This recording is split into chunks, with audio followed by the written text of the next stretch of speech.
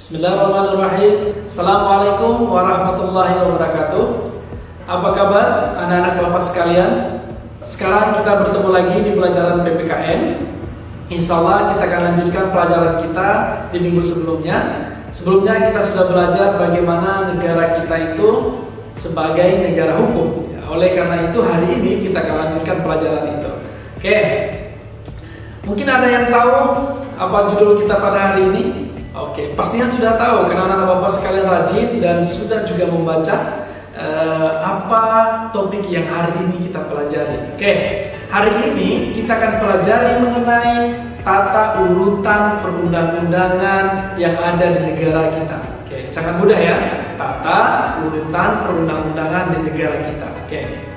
Oke, sebelum kita jauh ke topik atau ke dalam materi yang kita bahas pada hari ini, alangkah baiknya kita kembali ke belakang melihat. Nah, di Undang-Undang Dasar Negara kita sudah dijelaskan bahwa negara kita, Indonesia, adalah negara yang berdasarkan hukum ya, sesuai dengan Pasal 1 Ayat 3 Undang-Undang Dasar Negara Republik Indonesia.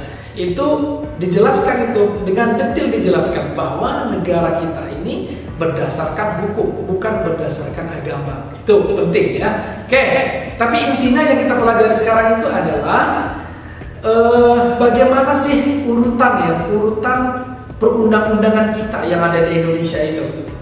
Tapi kita sebelum jauh juga ke dalam, kita ingat dulu ya, hukum itu kan sangat perlu ya untuk negara kita. Kira-kira anak-anak Bapak sekalian masih ada ingat tidak ya? Fungsi hukum itu kan paling tidak ada 4 ya, ada 4 paling tidak itu. Dan pertama adalah sebagai alat untuk mengatur tata tertib hubungan masyarakat. Jadi kita bermasyarakat itu kan ada lebih, ada kurang, ada kebaikan, ada keburukan. Nah, kita itu harus diatur ya. Jadi dengan undang-undang itulah, dengan peraturan hukum itulah kemudian kita diatur supaya tertib. Kemudian sebagai sarana ya, sebagai alat untuk mewujudkan keadilan. Kemudian yang ketiga sebagai penggerak. Penggerak apa itu? Penggerak pembangunan. Dengan adanya hukum, maka pembangunan kita langkah per langkah bisa berjalan sampai dengan tujuan yang paling inti. Kemudian yang terakhir adalah sebagai fungsi kritis. Kritis maksudnya adalah kita tidak boleh mengambil harta orang lain, tidak boleh mencederai hak orang lain. Nah, ini adalah fungsi hukum. Oke, kita kembali ke tata urutan perundang-undangan Indonesia.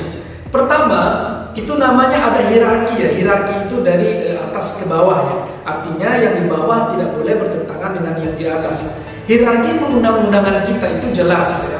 Jelas disampaikan itu dalam undang-undang bahwa yang paling tinggi itu adalah Undang-Undang Dasar 1945. Itu adalah hierarki, adalah tata urutan. Undang-undang kita yang paling tinggi itu adalah UUD 1945. Kemudian di bawahnya ada TAP MPR. Nah, kemudian di bawahnya lagi ada undang-undang, dan bersamaan dengan itu ada Perpu namanya, Peraturan Pemerintah Pengganti Undang-Undang. Kemudian di bawahnya ada PP. Di bawah PP itu ada Perpres ya.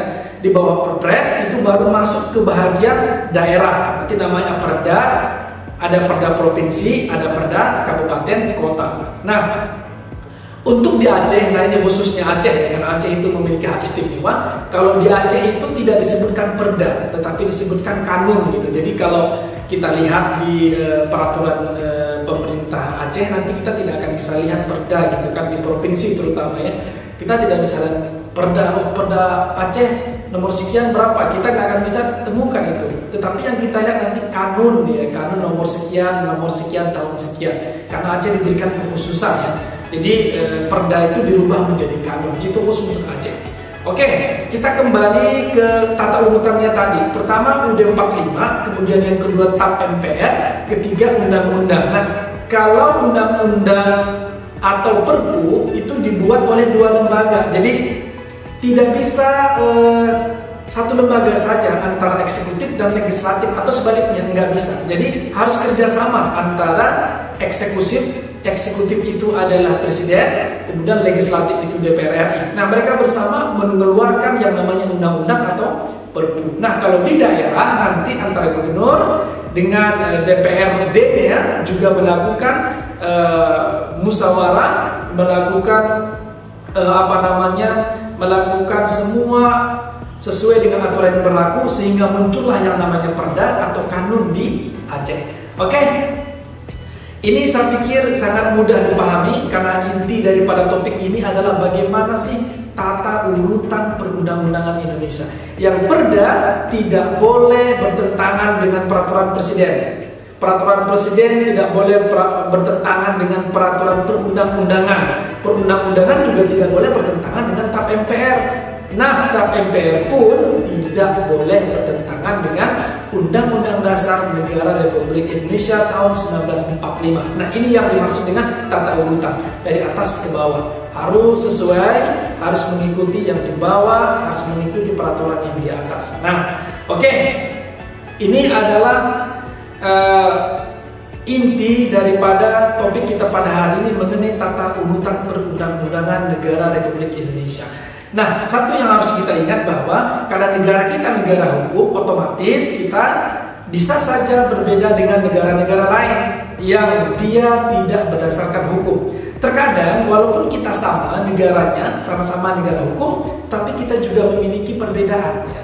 Indonesia sudah diatur ya sedemikian rupa Undang-Undang Dasar Negara Republik Indonesia, ketetapan MPR, setelah itu ada undang-undang, kemudian ada Perpu, kemudian ada PP, Perpres, dan sampai kepada Perda yang tadi sudah kita jelaskan. Nah, ini sangat mudah. Semoga adik-adik sekalian, anak-anak bapak sekalian memahami dengan baik, dan semoga juga topik ini sangat bermanfaat karena ini sangat berguna dalam kehidupan sehari-hari. Barang siapa yang bisa mengamalkannya, maka dia salah satu warga negara yang baik dan taat kepada hukum. Insya Allah, semoga kita semuanya menjadi warga negara, menjadi siswa, menjadi masyarakat yang taat terhadap hukum, sehingga ketertiban di negara kita, di masyarakat kita, di lingkungan kita, dan di sekolah kita bisa berjalan dengan baik dan lancar. Oke, saya pikir itu saja. Terima kasih. Sampai ketemu untuk topik selanjutnya. Terima kasih. Assalamualaikum warahmatullahi wabarakatuh.